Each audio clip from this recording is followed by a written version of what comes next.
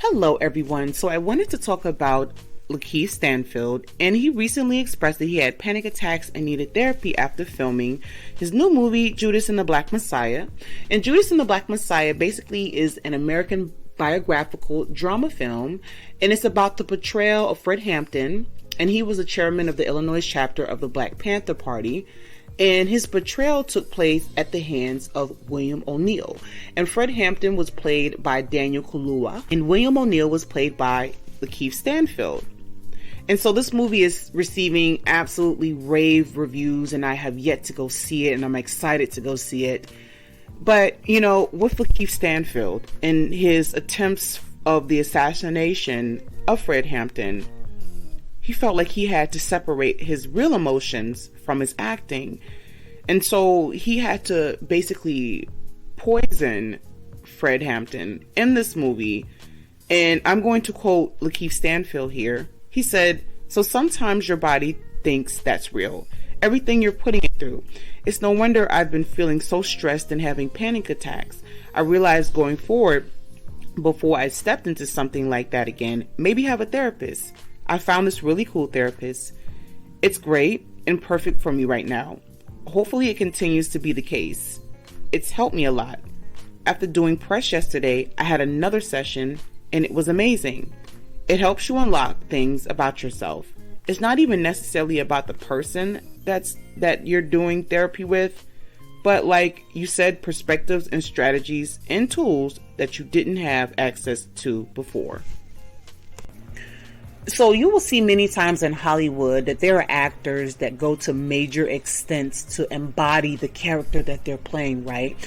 They may do certain things such as putting pictures on their wall to manifest the character. They may lock themselves in a room for weeks at a time to study the role. They may smoke cigarettes to change their voice. They may lose weight, gain weight, study videos, reach out to the family members to understand the character better. They may reach out to the actual character to understand who they are playing. And I mean, the list goes on in terms of what actors do, right?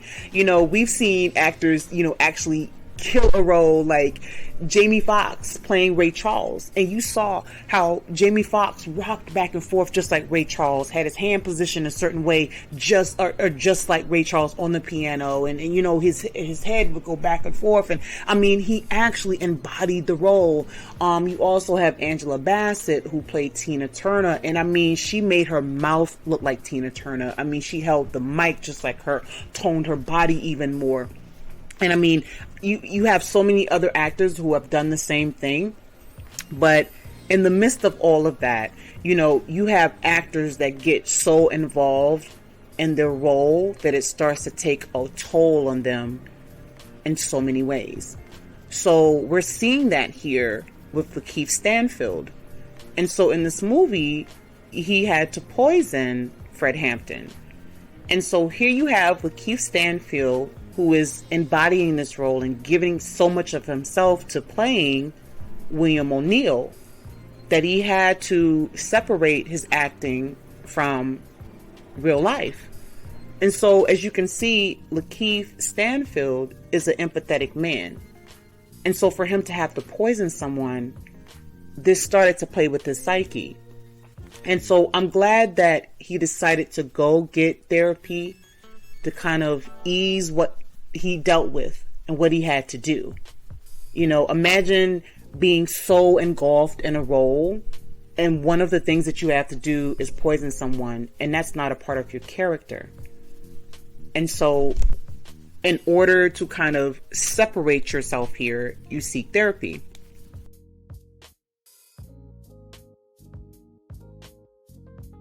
This situation reminds me of Heath Ledger. And if you guys remember Heath Ledger, he was a young and thriving actor back in the 90s and early 2000s. He played in numerous movies and TV shows, but he happened to pass away from an accidental drug overdose in 2008. So 2 of the major movies that he played in was Brokeback Mountain and also as the Joker in the movie The Dark Knight. So if you guys remember that movie, he really mastered and embodied the role as the Joker. However, people attributed his death to playing the role. Him and make him squeal. I know the squealers when I see them. And what do you propose? it's simple. We kill the Batman. If it's so simple, why haven't you done so? If you're good at something, never do it for free. Better than you ever did. So Heath Ledger really threw himself into becoming the role of the Joker. Like, for instance, like he locked himself in a room for a month and studied the roles and worked on becoming the villain that he was supposed to portray. He studied other villains. He reached out to other actors for help. He studied ventriloquism, in order to get that acute voice.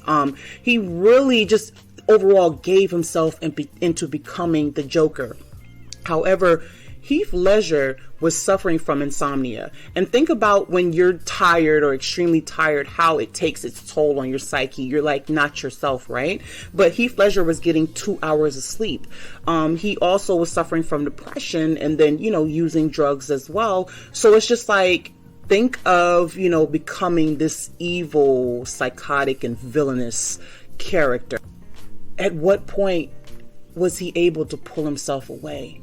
He couldn't pull himself away because he was so into it. His psyche was already affected, and I have to say allegedly, by everything that he had going on. The drugs, insomnia, depression, and becoming this villainous character day in and day out. He couldn't separate the character from reality. So back to Lakeith Stanfield, I'm glad that he was able to catch himself before he went too far. Imagine him playing the role as William O'Neill and poisoning Fred Hampton, and then having to go home every day, pull himself away from that character. But what if it got to a point that he couldn't do it? What if he continued to have panic attacks and couldn't pull himself out of it, and he harmed himself, or he did something bad? Because he's like, I'm not this guy. I'm not the one to poison anyone. I'm a human. I have a heart. I'm empathetic. You guys understand? So I just wonder and I ponder about, actors in Hollywood and how they pull themselves away from their roles. Have there been cases where there's been actors who have succumbed to their role and we just never knew about it? I know there's cases and people have spoke about it, but I'm just saying, like, have there been cases where there's been actors that have had the role take its toll on them, but we've never heard these stories? And we would hear about these stories if they were to pass away, because, people would put, 1 and 2 together. But, I just wonder about the untold stories of how, acting has taken its toll on actors. But, I know these people get thousands and millions of dollars to play this role, but we as human beings, if we have a heart and we're empathetic, we have to think about the afterlife and the aftermath of them playing the role, because they do such a great job. And we say these movies are so awesome and they did such a great job and what they did, but these same people go home and they can't adjust. So it's just a matter of caring. It's just a matter of concern, because the movie can be good all day, but what about the act?